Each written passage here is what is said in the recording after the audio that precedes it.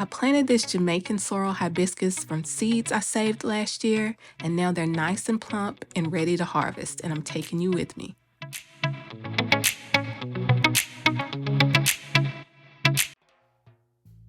These seeds were started indoors, under grow lights, around the end of February, and then when they were large enough and the temperatures had warmed up enough, around the end of March or beginning of April, I went ahead and got them planted outside.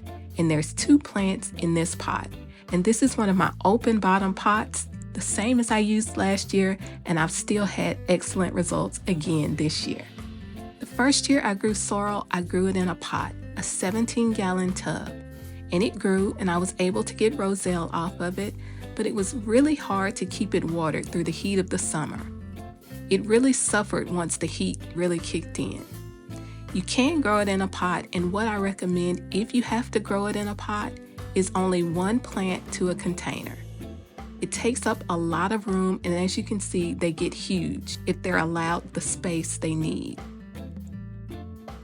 These Jamaican sorrel plants are grown in an open bottom container, and I know I've talked about that method a lot, but seeing how well these Jamaican sorrel plants grew really made me a believer in that method, and I've spread it out in other places throughout my garden.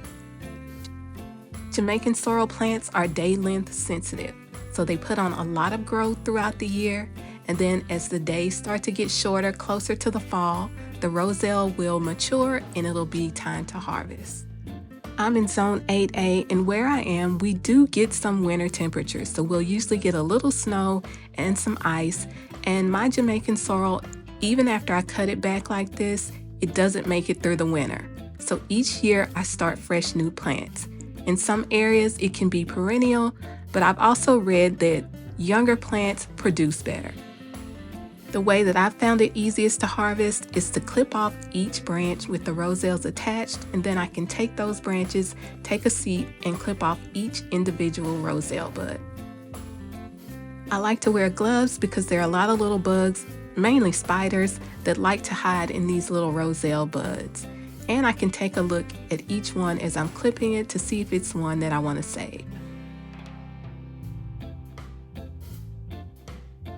Now that I have all the ones I want to save snipped off of the branch, the next step is to peel the petals away from the seed pod, and then I can wash them up.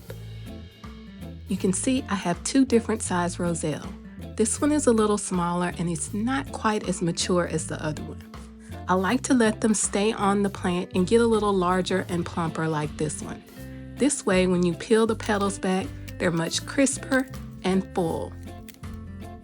The smaller ones can still be used, but my preference is to let them stay on the plant as long as you can. Just watch them and don't let them get so large that they start to shrivel on the plant, unless you're trying to keep them for seed. Next step is to get these petals washed up and ready to dry. One tip is to dry these as soon as you can. Any moisture will easily lead to mold on these petals. So I dried these for about 24 hours, and this is what I have.